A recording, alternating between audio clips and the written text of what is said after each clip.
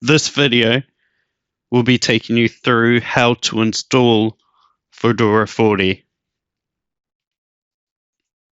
On the website, you can download the different versions. Here I will be installing Fedora 40, so you can find the ISO here. Or you can, once the website's working, so there's the different versions, different spins, the atomic editions.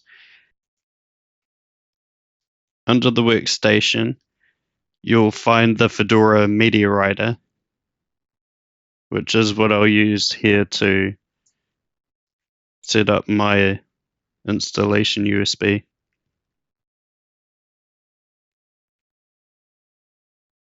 It's great because it just downloads everything for you. So there's the different spins. The workstation is GNOME. I just like KDE. So just type that in and away we go.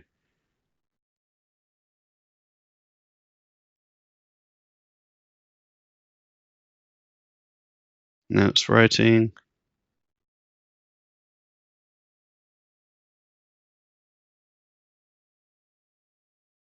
It checks that everything's good. And then we'll restart. I'll include a link on the different keys that you'd use to boot into your live environment. For me on an Asus desktop, it's F8, but for your system it could be different. So we'll click install to hard drive, or just install if the pop-up shows up.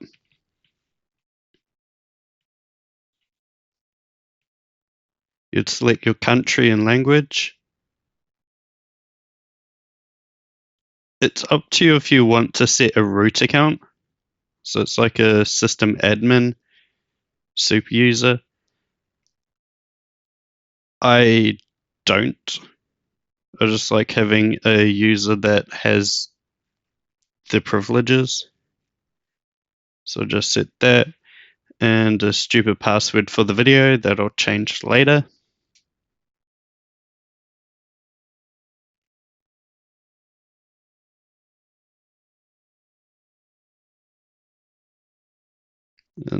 It's happy.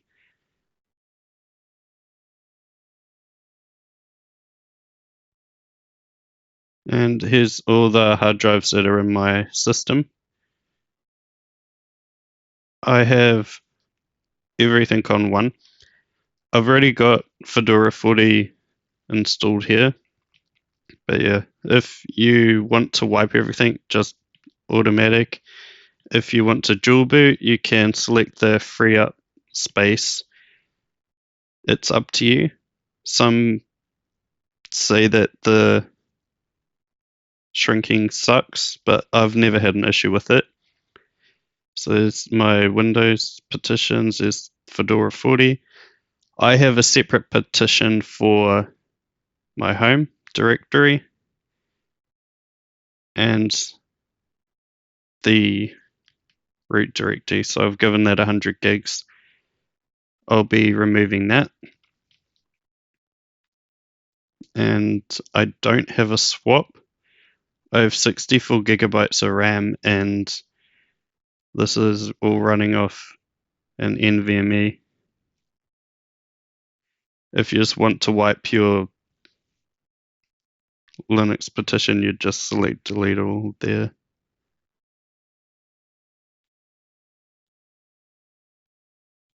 So it's the mount point for my home partition.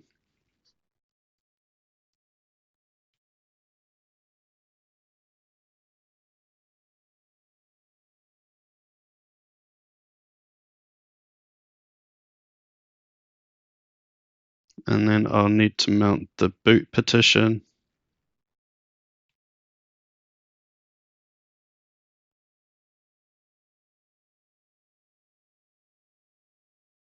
And create a new root partition. of 100 gigabytes.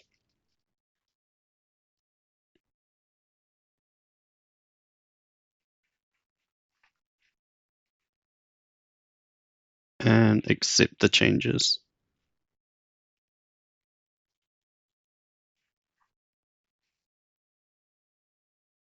And we are installing.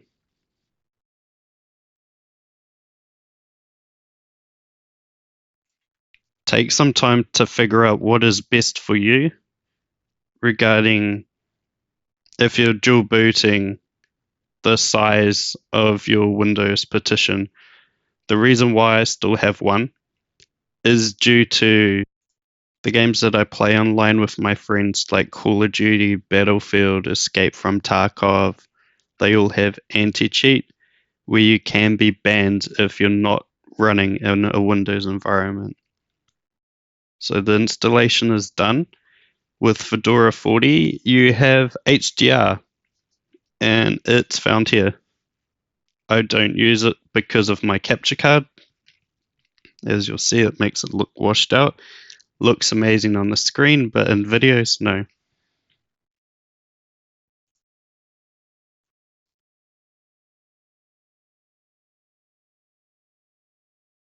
The first thing you want to do is update. And so one of the ways that you can do that is using the terminal or the Discovery or App Store if you decided not to use KDE. It does the same thing apart from with the Discovery Store.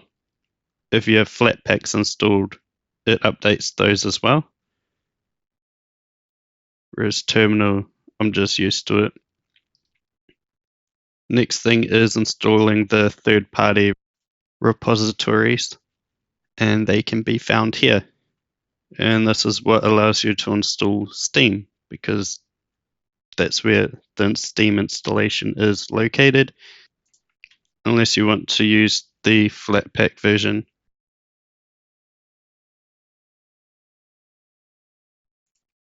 Just waiting for it to install.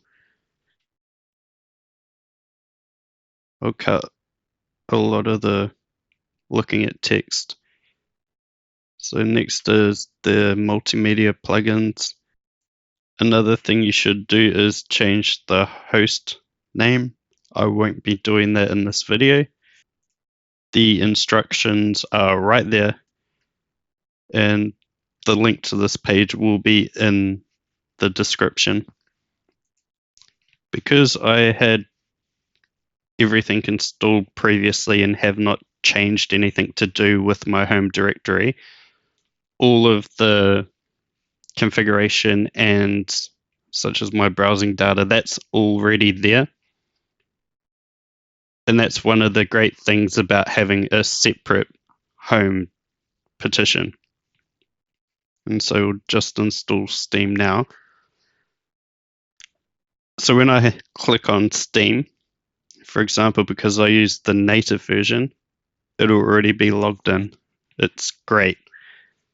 Now we'll install the rest. So Lutris is another game launcher.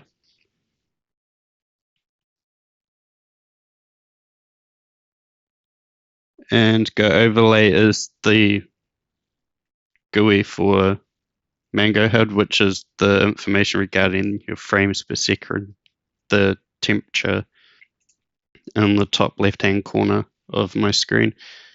Strawberry is a media player that I like. obs-studio is a screen recorder. Handbrake is a media converter. And GStreamer H24 is for Twitch videos. So if you have trouble watching Twitch, install that. Ardour is a digital audio workstation.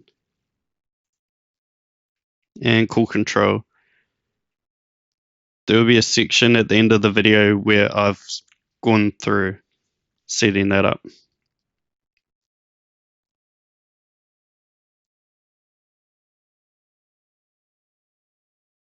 And Audacity is another audio editor.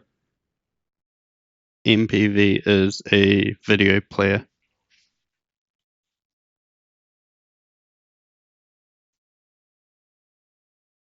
And installing all that. If you have multiple hard drives in Linux, it doesn't automatically mount them. You need to set up fstab to do that. You don't want to mess this up because it can cause the system to not boot because it's expecting a hard drive to be there and it isn't. It's a great way to know if your system has a broken hard drive because it'll just bring up recovery mode. lsblk --f lists all the information that you would need regarding your hard drives. And then I use nano to go to /etc/fstab to bring up the information that's already there and edit it. So you'll see the other hard drives or partitions. There's the UUID for the NVMe that I want. It has all my games. So put that in there. And then I tell it where I want it mounted. In this case, /media/NV.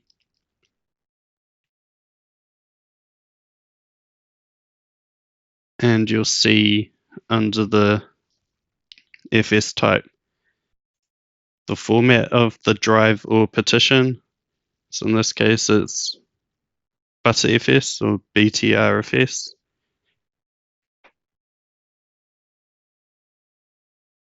And then we put defaults, then 0, then 2. And do a restart. Then we write that out, close it, and restart. And it will auto mount from now on.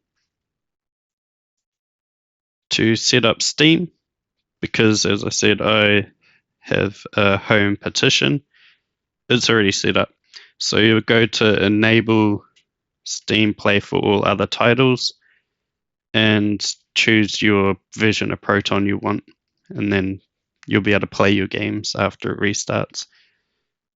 For Goverlay, this is where you can set it up.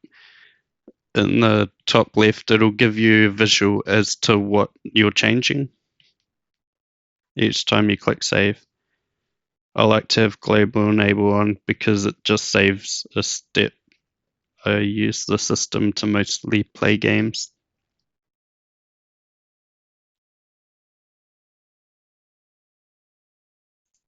If you find your audio missing, it may just be inactive for some reason, and this is where you can go to fix that. And as I place StarCitizen on here, I need to go through and use the LUG helper to make sure everything's set up properly.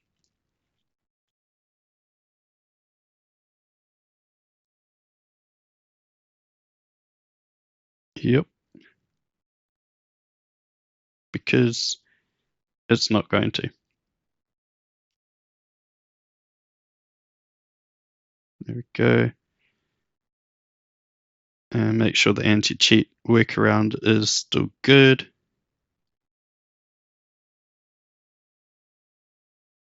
It should be, but I don't want to deal with that.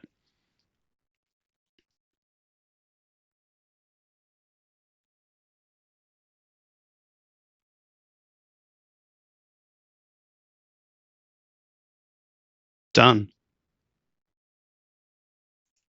Lutris is a game launcher For other stores such as GOG or Epic Games, you can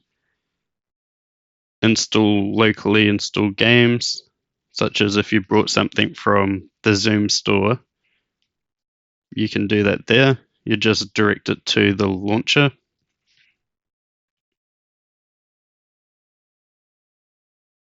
So this is a Linux native game, and it just direct it to the executable. Or you would go through their system where you can download a Lutris install script depending on what version you have, and choose the installer. It works great because that sets everything up for you. Or if you've got ROMs or something like that, you can launch it from here. Another one is the Heroic Games launcher. It's similar to Lutris. This is a Flatpak, and you'd log into your store and the games will show up there, and you'll install them. You can add other games, so you can use this to install your backups or disk games as well. It just doesn't have the Lutris installation scripts, but you can also easily change the Wine version yourself.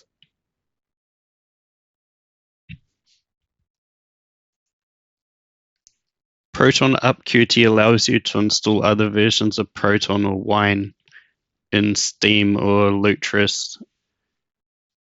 It's very easy to use. It allows you to remove the older versions if you want, and include the latest releases from Glorious Egg Roll, for example.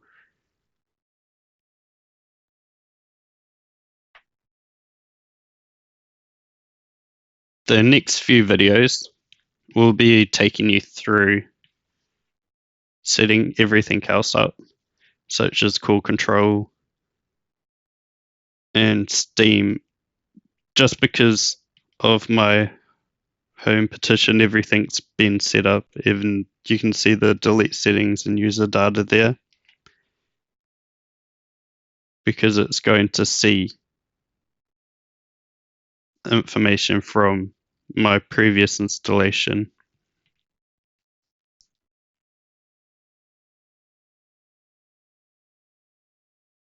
So if you want to avoid having to set everything up or feel like you're restarting from scratch each time you have an issue with your system or reinstalling Linux for whatever reason, I'd recommend having a separate drive for your home directory, because it helps you to avoid some of those issues. I use a partition which I just back up. I have a separate drive just for games. And we're launching ProtonUp-QT, and there you go. You just click add version, choose what you want, and the latest version's at the top. You click install, and you're good to go. I like to have Numlock on from boot, so let's check that, and each time I log in, it'll be on. For Steam compatibility, we go into settings, we select that, hit restart, and you're good to go. All your games will show up. To see or change the Proton compatibility, you go here. Feral Going Mode optimizes your system, so you can install it there. It's pre-installed with Fedora. You just go to the properties of your game. To save space, you can turn off the shader pre-caching, because we don't need it on modern systems. The location of MangoHUD So if you're wanting to do it manually on their website, they have all of the different commands that you can use. So if you just go home, turn on hidden files, you'll see under .config, you'll find the MangoHUD config file, and you can edit it manually instead of using Goverlay. The following will be setting up Corectrl. Just copy that.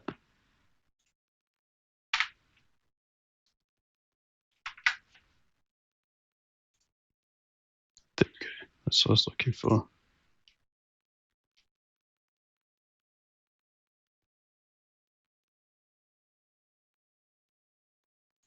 From memory.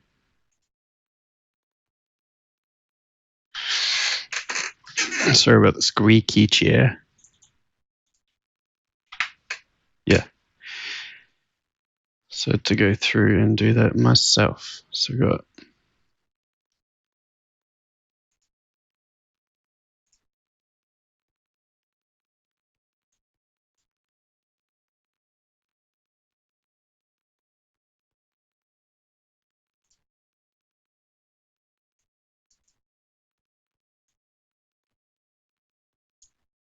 didn't think it added one on the desktop. Hold up. Yeah, it's not there. That's why it's not doing it. There is none.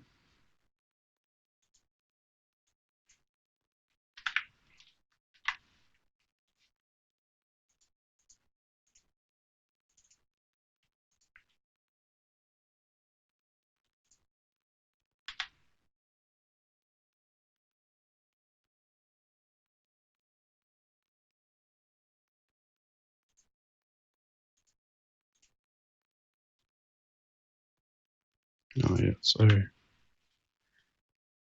we go. And we're copying that. So this is the home, then config, and then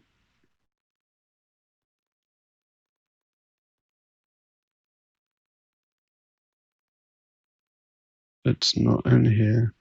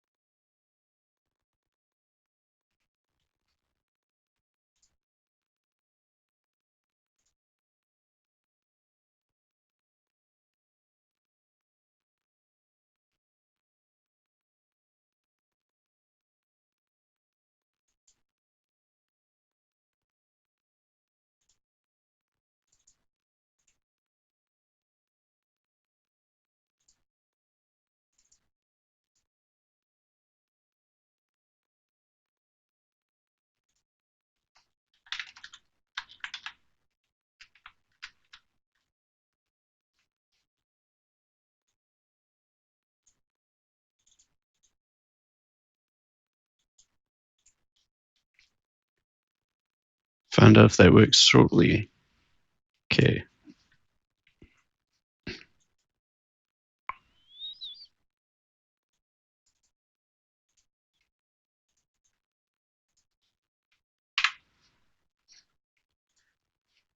One, two, three.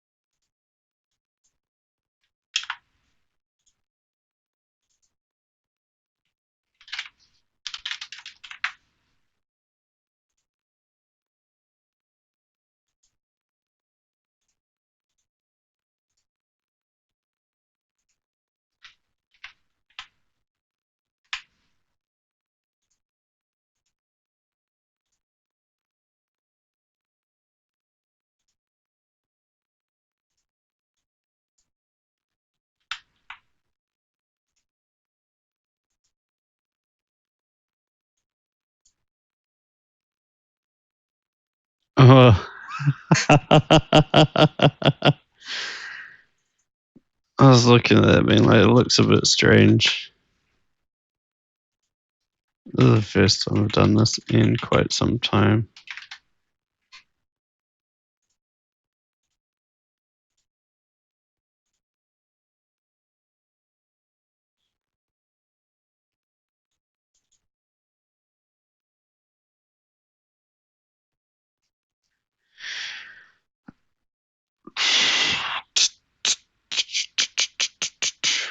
Yep.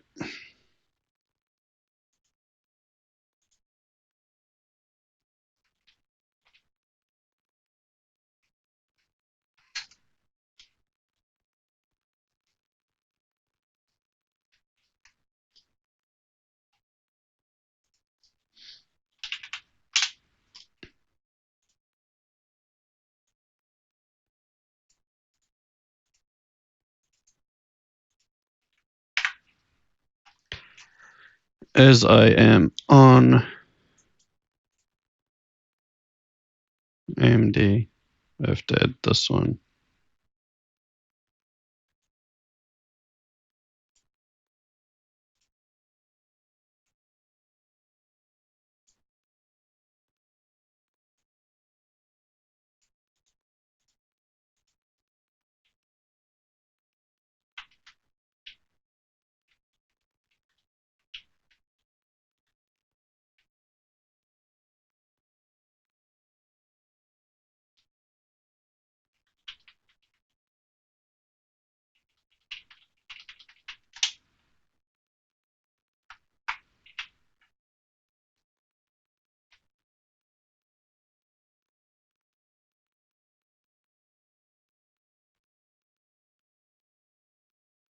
Yep.